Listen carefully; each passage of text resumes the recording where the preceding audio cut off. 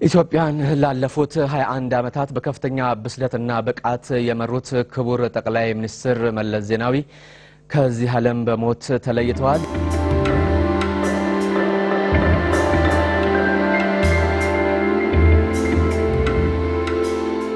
የኢትዮጵያዊነት ፋይዳ በጣም ጥልቅ ነው።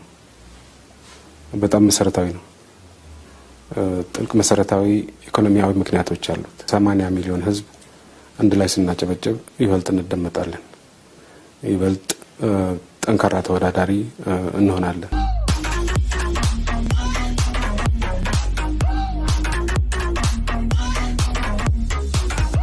ንፉዕ ተምሃራይ ዝነበረ 17 ዓመታት ብረታዊ ቃልሲ ዘካየደ ብጥበብ አመራርሕኡ ብዓለም ለኸስተን አደ ወንጽን ጸገማትን ናይ ምእላይ ዓቕሙ ዘይተተከአ መራሒ መለስ ዜናዊ I think the point that needs to be made is when we face the crunch in Africa, it's not just that people are unemployed, it's that people could die from hunger.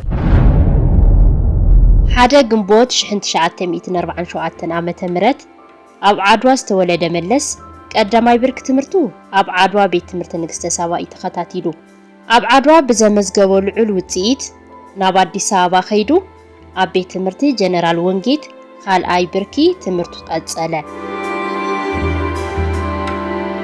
ወለዱ ዘውጽኡሉን ክሳብ ናብ ቃልሲ ዝጽንበር ይጥቀመሉን ዝነበረ ስም ለገሰ ዝብል ነይሩ። ሳልሳይ ውሉድ አቶ ዜናዊ አስረስን ወይዘሮ ዓለምነሽ ገብረ ልዑልን ዝኾነ ለገሰ ትምህርቲ ቀዳማይ ብርኪ ብብርካ ሃገር ልዑል ነጥቢ አምጽኡ ብሽልማት ቀዳማዊ ኃይለ ሥላሴ ሙሉእ ስኮላርሺፕ ተዋሂብዎ ትምህርቲ ካልኣይ ብርኪ ኣብ አዲስ አበባ ቤት ትምህርቲ ጀነራል ወንጌት ንክመሃር ከኣለ። ለገሰ ካብ ወንጌት ናብ ዩኒቨርሲቲ አዲስ አበባ ኣትዩ ትምህርቲ ሕክምና ከጽንዕ ጀመረ። እዋኑ ተምሃሮ ዩኒቨርሲቲ አዲስ አበባ ስርዓት ሃጸይ ኃይለ ሥላሴ ብምቅዋም ዓመጽ የካይድሉ ዝነበረ እዋን እዩ። ኣብ ዩኒቨርሲቲ አዲስ አበባ ዝነበረ ዓመጽ ተምሃሮ ዳርጋ ብተጋሩ ይምራሕ ነይሩ እንተተባለ ምግናን ኣይኸውንን። ቀንዲ መራሕቲ ቃልሲ እቶም ተምሃሮ ካብ ዝነበሩ ብርሃነ መስቀል ረዳ፣ ጥላሁን ግዛው፣ መለስ ተኽለ፣ ስብሓት ውነህ፣ ማርታ መብራቱን ምጥቃስ ይከኣል። በዓል ለገሰ ዜናዊ ነዞም ቀዳሞት መራሕቲ ቃልሲ ብምስዓብ ዝተጸንበሩ እዮም። በዓል አረጋዊ በርሀ ዝመስረትዋ ማሕበር ተጋሩ ተምሃሮ ዩኒቨርሲቲ አዲስ አበባ ፈላመይቲ ውዳበ ተጋሩ ተምሃሮ እያ ነይራ። እታ ማሕበር ከም በዓል መምህር ገብረ ኺዳን ደስታ ዝበሉ ተምሃሮት ዘበንውን ተጸንቢሮምዋ ስነ ጽሑፋዊ ትሕዝቶ ዘለዎም ስራሕቲ ንተምሃሮ ተቐርብ ነይራ። ማሕበር ገስገስቲ ብሄረ ትግራይ ወይ ድማ ማገብት ጥንክር ኢላ ብተምሃሮት ዩኒቨርሲቲ ዝተመስረተት ውዳበ እያ። ማገብት ድሕሪ ኣዋርሕ ንተጋድሎ ሓርነት ህዝቢ ትግራይ ወይ ድማ ተሓሕት ዝወለደት ውድብ እያ። ተጋድሎ ሓርነት ህዝቢ ትግራይ 11 የካቲት 1967 ዓመተ ምህረት ኣብ በረኻ ደደቢት ተመስረተት። ተሓሕት ንምምስራዝ ተስማዕምዑ ተጋሩ ተቃለስተ ተምሃሮ እቶም 10 ናብ ደደቢት እንትኸዱ ዝተወሰኑ ድማ ንወታደራዊ ስልጠና ናብ ኤርትራ ኸይዶም። ካብቶም ናብ ኤርትራ ዘምርሑ መናእሰይ ሓደ ለገሰ ዜናዊ ነይሩ።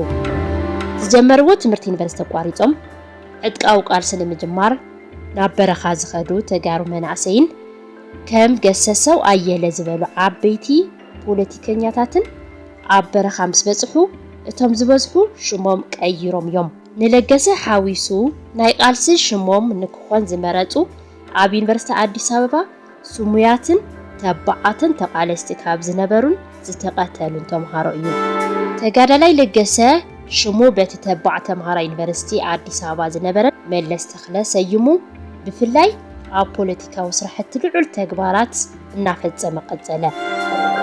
ፖለቲካን ርእዮተ ዓለምን ካልኦት ሃገራትን ተቃለስቲ ውድባትን ብምግንዛብን ብምትንታንን ቃልሲ ህዝቢ ትግራይ ናብ ዝለዓለ ብርኪ ንክድይብ ምስ ካልኦት ብጾት ብምዃን ዝተጻወቶ ግደ ዕዙዝ ነይሩ። በትግሉ የመጀመሪያ ጊዜዎች እንደማንኛውም ታጋይ ምግብ አዘጋጅ ነበር። ከዛ በኋላ ግን እንደ ስራም ብዙ የምወደው ስራ አይደለም። እንደ ግዴታ ሆኖ የመጣበት ሁኔታ የለም። መለስ ዜናዊ ወይን መጽሔትን ጋዜጣን አም መስራትን ጽሑፋት አም ሕታምን መሪሕ ተራ ከም ዝነበሮ ይፍለጥ። ኣብቲ ንምጽሓፍ ኮነ ንምሕታም ኣጸጋሚ ዝነበረ እዋን ልብወለዳት ጽሒፉ ከም ዝሕተመውን ይፍለጥ። ምንኩሕኩሕ ዘይፍለዮ ማዕጾ ከምኡ ድማ ገነቲና ኣብቲ እዋን ዕጥቃው ቃልሲ ካብ ዝሕተመን ስራሕቱ ይጥቀሳ። መለስ ዜናዊ ኣብ እዋን ዕጥቃው ቃልሲ ህወሓት ካብ ተራ ተጋዳላይነት ክሳብ ኣቦ ወንበርነት እታ ውድብ ኮይኑ ዘገልገለ ተጋዳላይ እዩ። መርትዖ ሒዙ ብምክታዕን ኣብ ምስራዕን ምውዳብን ልዑል ክእለት ከም ዝነበሮ ይዝረበሉ። ኣብ 1980ታት መፈለምታ ትግራይ ሙሉእ ብሙሉእ ናፃ ወፅያ ናብ ከባቢታት ጎንደርን ወሎን ጉዕዞ ኣብ ዝተጀመረሉ ውዕውዕ ተጋድሎ መለስ ኣቦ ወንበር ህወሓት እዩ ነይሩ። ምስ ብኣዴንን ኦህዴድን ግንባር ተፈጢሩ እቲ ቃልሲ እንትቕፅል መለስ መራሒ እቲ ግንባር ኮይኑ ስርዓት ደርግ ኣብ ምድምሳስ ዝተኻየደ ቃልሲ መሪሑ ዝዓወተ ተጋዳላይ እዩ።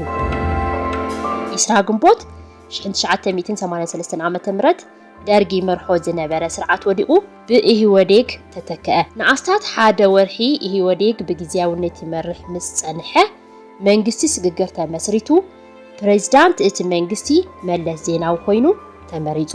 መለስ ክሳብ 1987 ዓ.ም ፕሬዝዳንት መንግስቲ ስግግር ኢትዮጵያ ኮይኑ ሰሪሑ። ያበሰርንባትን የዛሬዋን ዕለት ሳመግስ ታላቅ ደስታ ይሰማኛል።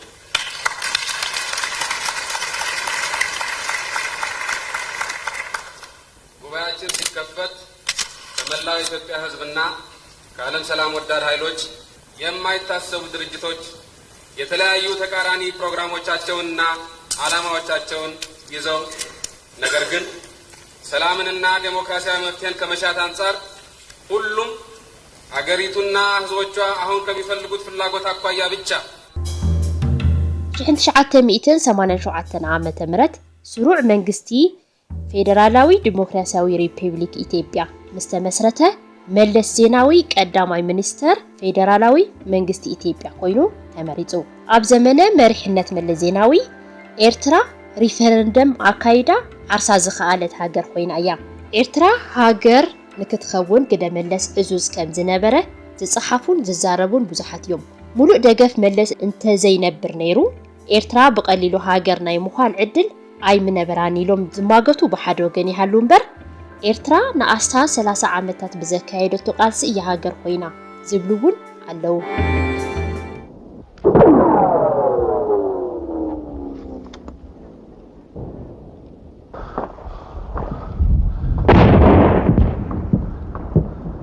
ኣርባዕተ ግንቦት 1990 ዓ.ም ኣብ መንጎ ኢትዮጵያን ኤርትራን ዘይተገመተ ኩናት ተወልዐ።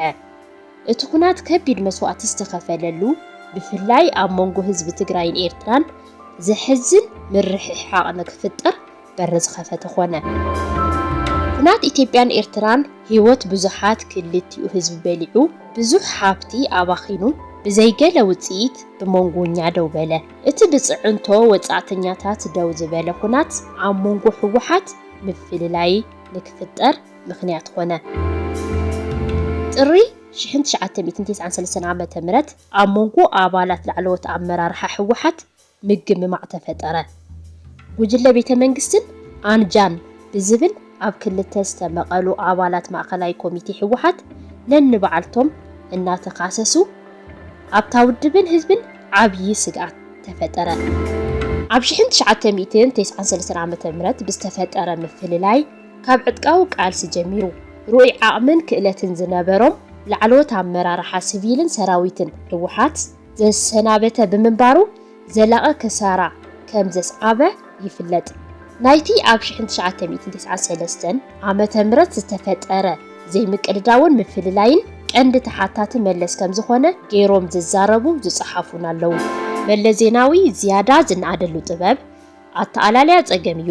ኣብ 1993-97 ዓመተ ምህረት ዝተፈጠሩ ሃገራዊ ጸገማት ብብቕዓት ኣልዩ ዓበይቲ ሃገራዊ መደባት ሓንፂጹ ብብርክት ዝበሉ ዓውድታት عبيد قطبة دبلوماسي مسارة البعات وزته نكمزجب زسرحو سرح زي زنقعيو ملز زيناوي بفلاي دحرش حنت شعاتة 298 عامة مرت كاب هاجرو حالفو ببركة أفريكان عالمن لعول تقبال الناس وننا مراحن مخان زخاءالة سابيو كارجم جزي كفيل انقلف بوالا كانقلف بانو مجمريا ትንሽ እንደማንኛውም ከንቀልፍ እንደነቀሰው የመወራጨት አዝማሚያ ነበረው በሂደት ግን ይበልጥ እየሰከነ አካባቢውን እያወቀና እየተረጋጋ መራመድ የጀመረ ህዝብና ሀገር ነው የነም ወስዶ በሁሉም አቅጣጫ በልማቱም በዲሞክራሲውም እንዳልኩት ከንቀልፍ የነቃ ሀገርና ህዝብ ስለሆነ ከረጅም እንቅልፍ የነቃ ሀገርና ህዝብ ስለሆነ መጀመሪያ ላይ ከንቀልፍ ሲነቃ እንደሚያጋጥመው ሁሉ የተወሰነ የመደናበር ምልክት ቢኖር የሚገርም አይደለም። በሂደት ግን በደንብ እየሰከነና እየተረጋጋ መራመድ የጀመረ ህዝብና ሀገር ነው ብዬ ነው ወስደው ቅድም ሚሎም አብ ኢትዮጵያ ከሕሰብ ዘይኽእሉ ሜጋ ፕሮጀክትታት ካብ ምትግባር ሓሊፉ ኣብ አፍሪካ እቲ ዝዓበየ መፈልፈሊ ሓይሊ ኤሌክትሪክ ዓብይ ግድብ ህዳሴ ንክግደብ ብምግባሩ ዝያዳ ድሙቕ ዓወት ዘመዝገበሉ ተግባር እዩ። መለስ ዜናዊ ብሓፈሻ ኣብ ኣመራርሓ ኣተገባብራን ኣተኣላልያን ወናን ምጡቕ ክእለትን ጥበብን ዝነበረ መራሒ እዩ። ኣብ 1990ታት ዝጸሓፎም መጻሕፍቲ ፖሊሲ ዝነበሮ ረኣይን ትምኒትን ዘንጸባርቑ እዮም። ቀዳማይ ሚኒስተር መለስ ዜናዊ ንሰሙናት ክሕከም ድሕሪ ምጽናሕ 14 ነሓሰ 2004 ዓ.ም ኣብ ሃገረ ቤልጅየም ካብ ዓለም ብሞት ተፈልዩ። ኢትዮጵያን ላለፉት 21 ዓመታት በከፍተኛ ብስለትና ብቃት የመሩት ክቡር ጠቅላይ ሚኒስትር መለስ ዜናዊ ከዚህ ዓለም በሞት ተለይተዋል። መለስ ሞይቱ ምስተባሃለ ብብርካ ሃገር ዘይሓዘነ ሰብ አይነበረን ንምባል ይከኣል። በብ ከባቢኡ ቴንዳ ተገይሩ ህዝቢ ሙሉ ኢትዮጵያ ሓዘኑና ገለጸ ይቆንዩ።